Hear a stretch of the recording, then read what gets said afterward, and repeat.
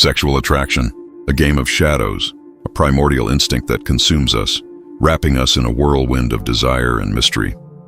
But what truly lies behind the fascination we feel for the other? Carl Jung, the renowned psychoanalyst, offers us a perspective that delves deep into the human psyche, revealing secrets most prefer to ignore. In this journey into darkness, we will understand that attraction is not merely a physical or emotional phenomenon.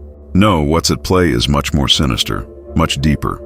Desire is not just the response to a biological need. Jung believed that every human impulse, even the most basic, is connected to the collective unconscious. And here lies the first truth few dare to accept. Our attraction to others is not merely a hormonal impulse. It is a reflection of our own shadows, those parts of ourselves we hide, deny, and try to repress. The people who attract us deeply are often those who reflect our own shadows, the ones we are too afraid to confront. It is in sexual attraction where our shadows meet, where our repressed fantasies emerge, and where desire becomes a direct manifestation of our darkest and most hidden emotions. Jung reminds us that, in this realm, the other is not just a physical being, but a mirror of our unconscious self. What we see in them, what we desire from them, is not only what attracts us, but what we ourselves long to understand, possess, or even destroy within ourselves. Sexual attraction, then, is not just a dance of pleasures. It is an internal struggle, a battlefield where unconscious energies fight to emerge into the light. We are drawn to those who allow us to experience the internal chaos we have not resolved. We search in the other for what we fear and what we desire to become, projecting our deficiencies and our deepest fears. But the darkest truth of all this is that this game is never what it seems. What we experience as attraction is nothing more than a veil, a mask that covers our deepest intentions. Carl Jung invites us to ask ourselves, how aware are we of the shadows we project onto others? How much of what we truly desire belongs to the other, and how much belongs to our own psyche, that which, in the darkness, is drawn to the forbidden, the unknown, and the unconscious? Sexual attraction is only the beginning of a much deeper process. If we want to truly understand the nature of our desires, we must dare to look within ourselves, and that gaze is dangerous. It may reveal parts of us that we would rather leave in the shadows. Sexual attraction, in its purest and rawest form, confronts us with our own darkness, stripping away the lies we tell ourselves daily. This is the game we are all involved in. A game few understand in its entirety, but everyone plays. Because in the end, sexual attraction is nothing but a mirror, a reflection of our deepest anxieties and hidden desires.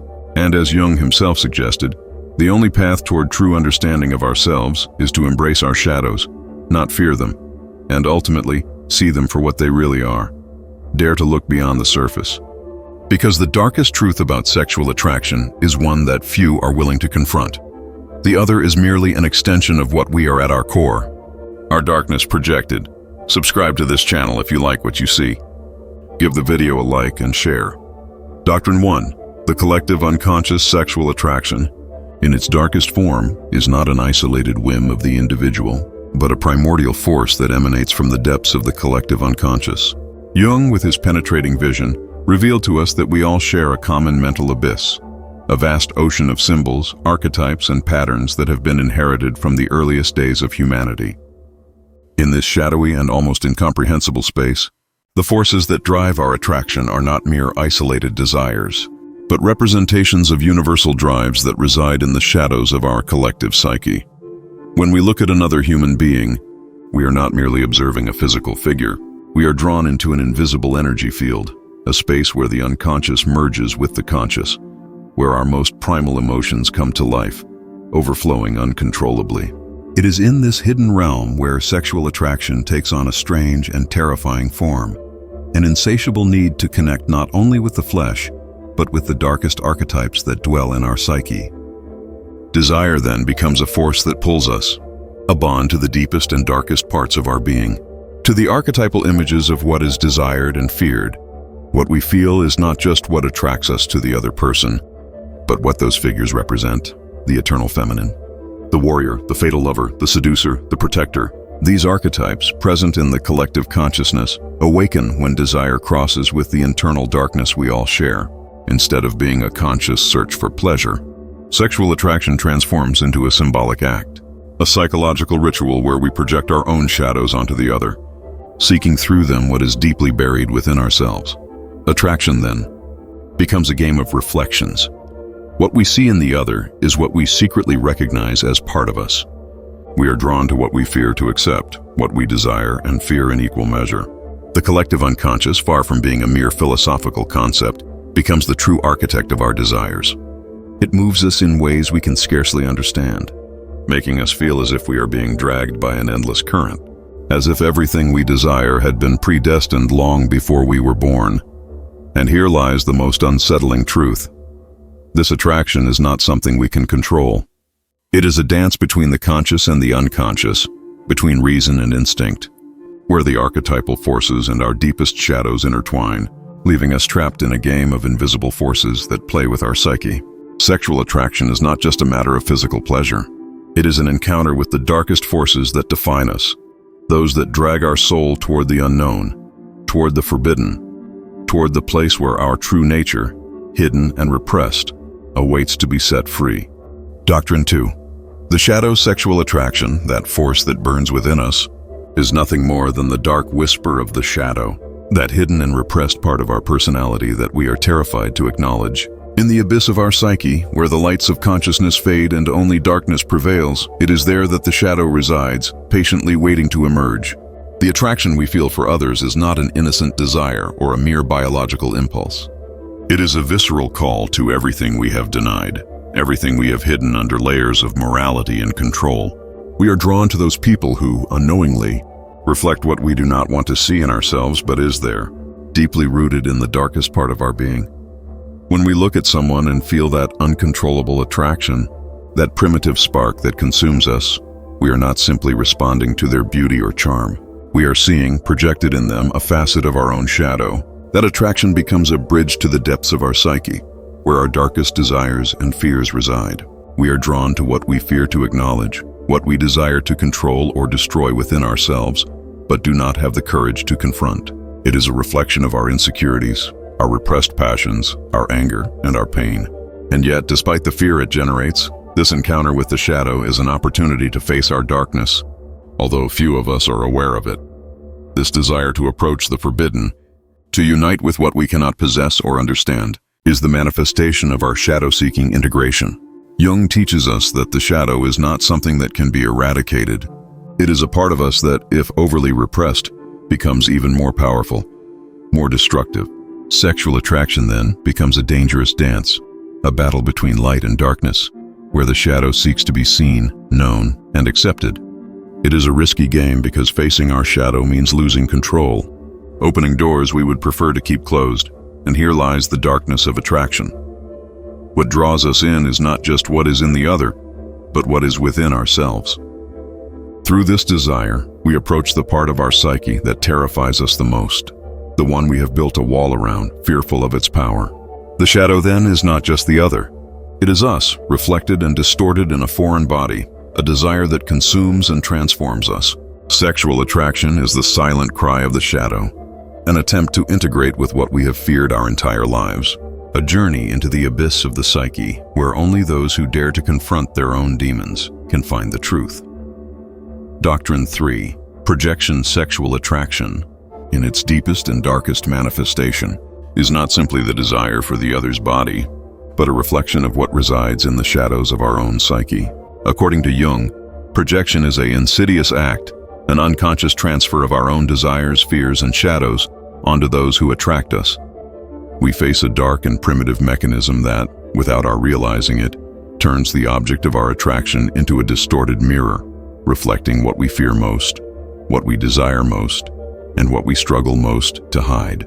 This psychological game is dangerous because what we see in the other is not their true essence, but a fantastical, idealized, or demonized construction that does not belong to them, but to ourselves. What attracts us, then, is not just the surface, but the abyss we have projected onto that person. The qualities we perceive in the other, the ones that seduce and fascinate us, are actually those we have repressed in our own psyche, those that terrify or liberate us, but that we dare not recognize. Sexual projection is a dangerous dance between desire and denial, where, like a spell, we become captivated by something we don't even fully understand. It is a distorted reflection of our own shadows, hidden in the darkest corners of our being, but emerging with unstoppable force, demanding to be recognized, embraced, and sometimes destroyed. When we feel attracted to someone, what we are really doing is projecting our deepest passions onto that person, those we fear to confront. If we idealize the other, it is because we have projected onto them our most innocent fantasies, our desires for salvation, eternal love, and perfection. But if we demonize them, if we feel repulsed by them, it is because we are facing our own darkness, our deepest insecurities, and the attraction becomes a battlefield where the internal struggle is externalized, where what we cannot accept about ourselves becomes the cursed figure we seek to destroy. This psychological phenomenon drags us into an endless cycle of unrecognized desires, a struggle between what we want and what we fear. Sexual projection condemns us to live in an illusion where the other is not who they truly are, but a distorted reflection of our own repressed passions, our most disturbing shadows. And the more we try to escape them, the stronger the attraction becomes, like a persistent echo pushing us toward an endless abyss. What we seek in the other is not just their body, but what we have denied in ourselves.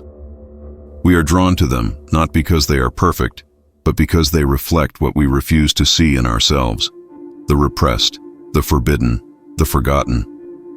Sexual attraction, when seen through the dark lens of projection, is not an act of union, but a constant struggle with the internal demons we refuse to confront. It is a shadow cast upon another being, a distorted reflection of what we truly are, but which we fear to accept. Doctrine 4. The anima and the animus. Sexual attraction, in its deepest and darkest form, is not simply an impulse toward another's body, but an unsettling inner call, a cry from the most hidden shadows of our psyche. Carl Jung taught us that within every human being, regardless of sex, there exists a hidden and powerful force, the anima, the feminine figure that dwells in men, and the animus, the masculine figure that resides in women. These forces are not just archetypes. They are fragments of who we are, unconscious parts of our identity that are constantly seeking integration, fusion, and often overflow in sexual attraction. What attracts us to the other is not just the flesh or superficial gestures. It is something much deeper. It is a bond with that repressed and often hidden part of our psyche, that masculine or feminine energy that has been shaped over a life of social conditioning, cultural expectations, and personal denials. Sexual attraction, seen through this dark prism, becomes a primal call to the union of internal opposites, a longing to reconcile the masculine and the feminine that coexist, mysteriously and often conflictually, within us. The woman who attracts a man is not simply a figure of desire. She represents for him his own anima, that feminine energy which has been repressed or displaced. He seeks in her something he cannot consciously identify, but that resonates with something deeply internal. The same happens with the woman attracted to the man. He becomes the animus, the reflection of an internal masculinity that, though present, is often forgotten or distorted. Attraction, then, is not a superficial encounter, but a clash between opposing but complementary forces that cry out for their integration. This process, far from being harmonious, is filled with darkness and conflict. The anima and the animus are not soft or perfect figures. They are manifestations of what terrifies us and what we desire in silence. Sexual attraction becomes a struggle to embrace what we have denied, what we have hidden beneath layers of security and control. The man who is attracted to a woman does not only see her, he sees his own feminine part, those emotions and desires that he has repressed under the hardness of his socially constructed masculinity. The woman who feels attraction to the man, for her part, does not only see the strength or vigor he represents, but her own need for power, for dominance, which lies buried in the shadows of her unconscious. This union, then, is not just an act of fusion between bodies. It is the manifestation of a deeply rooted psychic need to integrate the opposing aspects within us.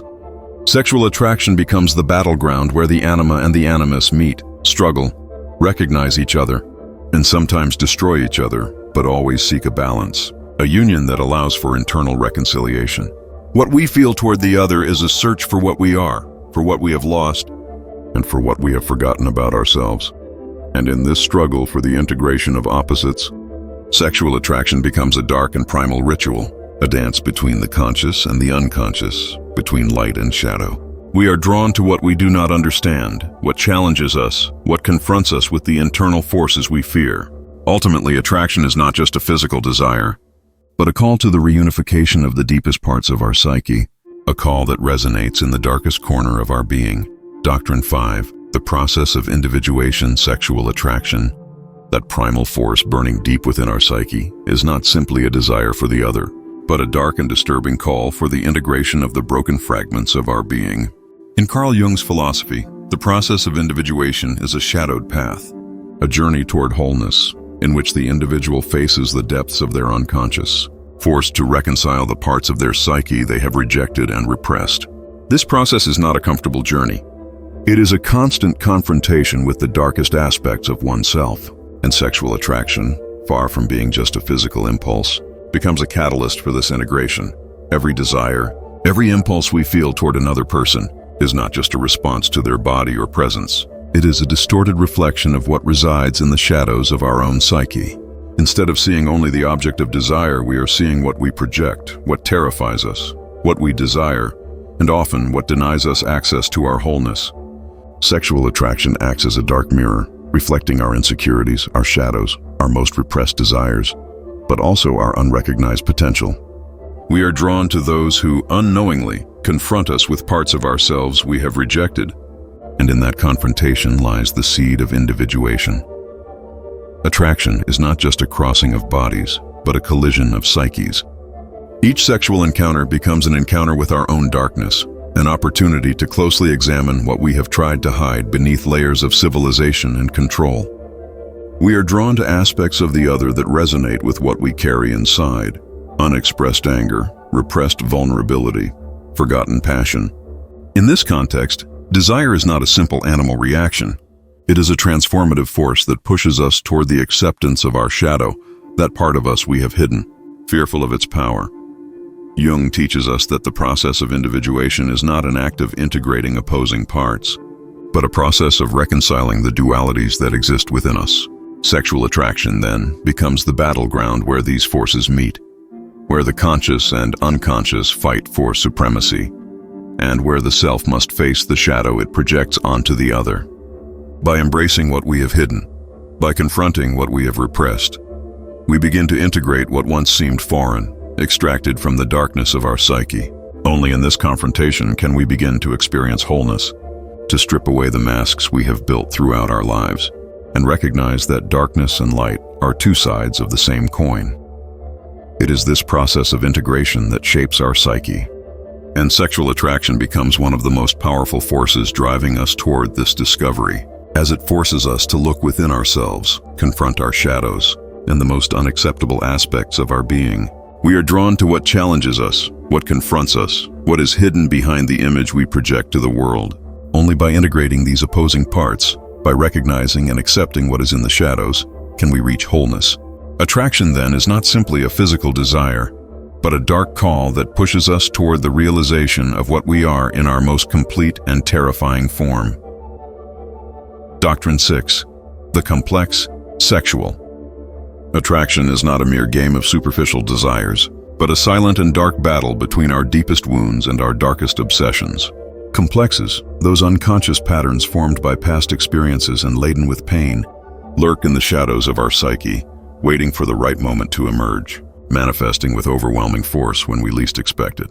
These complexes, far from being mere memories or forgotten traumas, are powerful psychic entities that operate in the depths of our mind, dictating our most irrational desires and fears, especially in the realm of sexual attraction, when we feel irresistibly attracted to someone. When desire overtakes us in an excessive way, we are rarely responding only to what the other represents. What truly attracts us is what we project onto that person, a manifestation of our own unresolved emotional wounds. Attraction, then, becomes a macabre dance between the repressed and the conscious, where we seek in the other what pains us, what we have not been able to heal. We are drawn to the reflections of our own complexes, those aspects of our psyche that we have cornered, but that are still alive, waiting to be confronted. These complexes are not mere memories of the past. They are psychic forces that perpetuate themselves, continuing to influence our adult life, dictating our choices and desires. In the sexual realm, this influence becomes even more destructive. We are attracted to people who unknowingly represent the same emotional patterns of pain, rejection, or abandonment that we suffered in childhood. This attraction, driven by complexes, is not a conscious desire, but an unconscious need to repeat old wounds, to relive emotions that were never fully healed. It's as if our psyche, in its twisted wisdom, seeks to complete the incomplete, heal what was never cured, even if the price of this repetition is destruction and suffering. In this dark dynamic, we are not seeking just pleasure or connection. We are seeking to relive and re-experience the most primitive emotions that have marked us, even if doing so condemns us to repeat the cycle of suffering.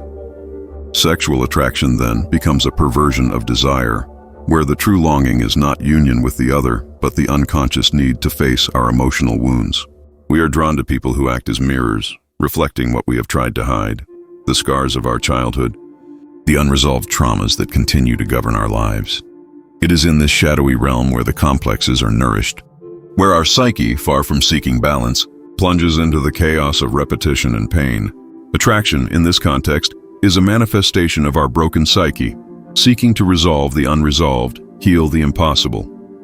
We find ourselves trapped in an endless cycle of desire and suffering, where, in the end, we do not encounter the other, but ourselves, our shadows, our wounds, and our deepest fears. This dark complex not only influences our sexual relationships, but permeates all our interactions. We are drawn to those who remind us of what we have tried to forget, what forces us to face what we have tried to bury. Sexual attraction, then, is the battleground where our complexes fight for control, where unconscious forces impose themselves upon our reason, guiding us toward the other not for who they are, but for what they represent, the dark reflection of our own unresolved deficiencies. Doctrine 7. The integration of opposites. Sexual attraction is not simply a superficial desire or a physical impulse, but a dark and profound manifestation of the internal struggle within our psyche. Jung taught us that within every human being, opposing forces coexist, good and evil, masculine and feminine, conscious and unconscious. This paradox is not something we should repress or fear, but something we must integrate, embrace, in order to reach wholeness. In the realm of sexual attraction, this integration of opposites becomes a dangerous dance, a game between light and shadow, between what we desire and what terrifies us to recognize within ourselves.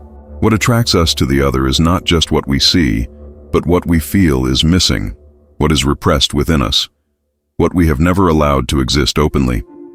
We are drawn to the other, to the unknown, to what is beyond our reach, to the forbidden, to what is hidden in the depths of our psyche.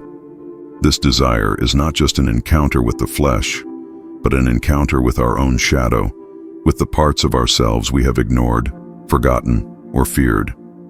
We are attracted to what challenges us, what destabilizes us, what we cannot control, because in that attraction lies the reflection of our own opposites, of those fragments of the self that we have tried to dissociate or suppress. Sexual attraction, when viewed from this dark prism, is a call for the reconciliation of these opposites. Desire becomes the space where the masculine and the feminine, the conscious and the unconscious, meet and fight to merge. This attraction to the other is the manifestation of a psychic need to integrate what we have rejected within ourselves. The other, in this context, is the mirror of our broken psyche, reflecting both what we desire and what we fear. We are attracted to what we do not understand, to what is beyond our reach, because in that other, in that enigmatic and forbidden space, lies the key to our own internal integration. The play between the opposite and the repressed unfolds in every sexual encounter. Attraction to the other is not just a physical desire, but a deep desire to merge what has been divided within us. We are attracted to what at the same time repels us, because there lies the place of transformation. The other, being the representation of the unknown, the repressed, is both a battlefield and a sanctuary. In that encounter, we strip away our masks, face our darkness, and at the same time, connect with that part of our psyche that we have feared to recognize. Sexual attraction, then, is not just an impulse toward union, but a force that challenges us to confront and reconcile our internal shadows. We are drawn to what represents the opposite of what we have been, what lies beyond the limits we have set for ourselves. In this dance of opposites, desire becomes a process of integration, where we are forced to unite what we have dissociated, light and shadow, good and evil, masculine and feminine. Each sexual encounter becomes an opportunity to integrate these aspects into our psyche, to face the forbidden, the repressed, and allow ourselves to reach a greater understanding of our total being. Attraction to the other, ultimately, is the impulse of our psyche toward integration. A deep and primal desire to unite what is divided, to heal what has been broken. We are attracted to the opposite not because we want to destroy it, but because, by integrating it, we can reach a wholeness that is only achieved when we accept, reconcile, and unite all parts of our being, even those we would prefer to continue hiding in the shadows. Sexual attraction then becomes not only a carnal desire, but a transformative, dark, and powerful process that challenges us to become who we truly are. Doctrine 8. Eros and Logos. Sexual attraction is an ancient struggle, a violent clash between two profoundly powerful psychic forces, Eros and Logos. Jung, in his penetrating view of the human psyche, showed us that Eros is the primal and chaotic energy of attraction, desire, emotional, and physical connection. It is the irrational force that drives us to unite, to merge with another, to dissolve our boundaries and plunge into the abyss of pleasure and desire. But Logos, with its cold logic and rationality, intervenes, trying to subdue, control, and strip passion, which burns deep within our psyche, of its chaos. This dance, where both face off and intertwine, is what truly defines our experience of sexual attraction. Eros, in its purest nature, obeys no rules. It is the overflow of psychic energy that seeks connection, fusion, and the dissolution of distinctions between oneself and the other. It is the force that leads us to lose ourselves in the other, to consume ourselves with desire, to surrender to chaos.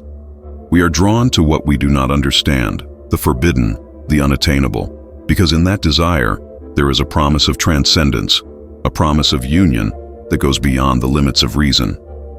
Eros does not understand control. It does not recognize the limits of the body or the mind. It only seeks connection, consummation, absolute closeness. In its veracity, it does not distinguish between good and evil, rational or irrational.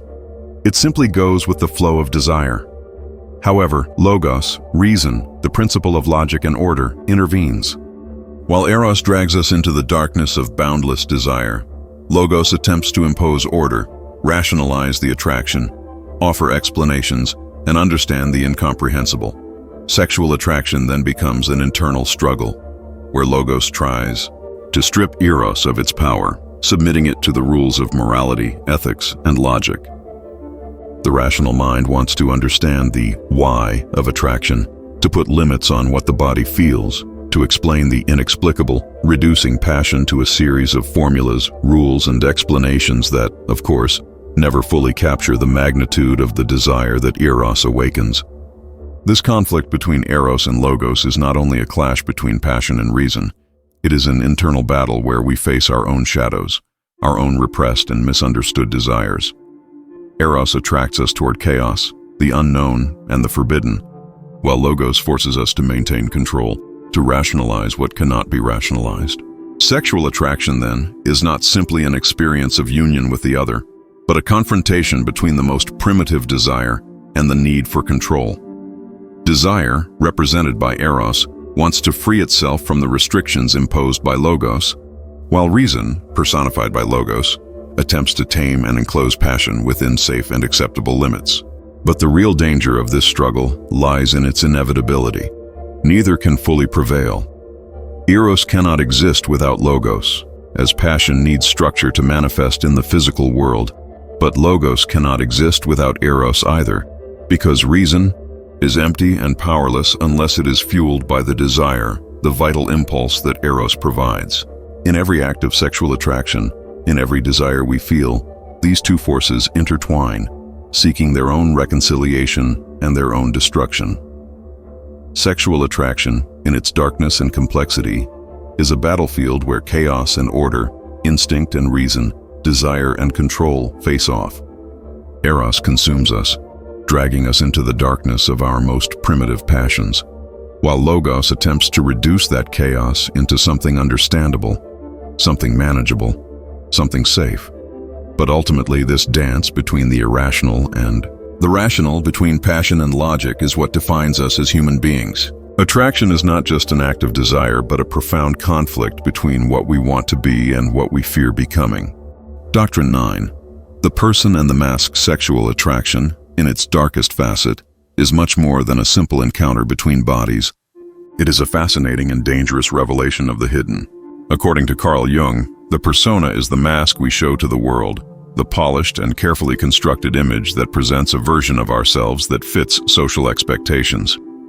It is a construct, a disguise that hides what we truly are inside, the shadow, that unconscious and repressed part that we harbor in the depths of our psyche. What others see of us is only a fragile projection, but beneath that facade lies our primitive and dark self, a fierce and unrestrained energy that seeks to be released. Sexual attraction, then, is not just an attraction to the other's body, but a fascination with the breaking of that mask, with the moment when the hidden is revealed. We are drawn to what is hidden, what is not immediately visible. We feel attracted to those who challenge us, who destroy the barriers of the persona, those who, even without intending to, allow us to glimpse what lies beneath their social facade. This attraction does not arise from superficial admiration, but from a deep desire to confront what lies beyond appearances, what is hidden in the darkness. The other, by showing their authentic self, becomes a window to the forbidden, the irrational, the repressed. In a world that demands masks, that encourages facades, attraction to those who break these barriers becomes an act of transgression and discovery.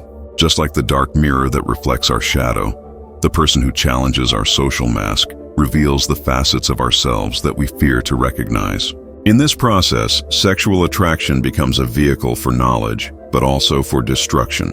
We are pulled toward that abyss, where the boundaries between what is socially acceptable and what is wildly primal blur, and where desire becomes a force that can lead to the disintegration of the self. What we truly desire in this attraction is not just the body or the image the other projects, but the opportunity to see the darkness that hides beneath their skin, the possibility of connecting with the deepest and most primitive part of their being. And what we find in that abyss is our own shadow, projected and reflected in the other, that part of ourselves that we have repressed and that, when we see it in another, becomes both fascinating and terrifying. Sexual attraction becomes a dangerous game of stripping away, where we approach what is normally beyond our reach, what lies beyond civilization, beyond social rules. We are drawn to what is hidden, what is forbidden, what remains in the shadows. It is a desire to transcend the limitations imposed by the persona, to shed the masks, and to confront the essential and primal being that hides beneath them. However, this attraction is not without danger. What we discover when we break the mask is not always beautiful or controllable. It is the wild, the untamable, that which threatens to overflow and consume us. Sexual attraction, in its darkest form, is a dance between chaos and order, between the mask and the revelation, between what we show and what we hide. We are drawn to those who, unknowingly, make us look beyond social facades, who force us to confront what is hidden in ourselves. In this game of masks and shadows, we are not only seeking the other, we are seeking our own shadow, that deep and dark being that hides in the most remote corners of our psyche, and which, in the most intense moments of attraction, reveals itself, even if only for an instant. Here are 2 other videos that will give you a high rank in psychological power. Go check them out.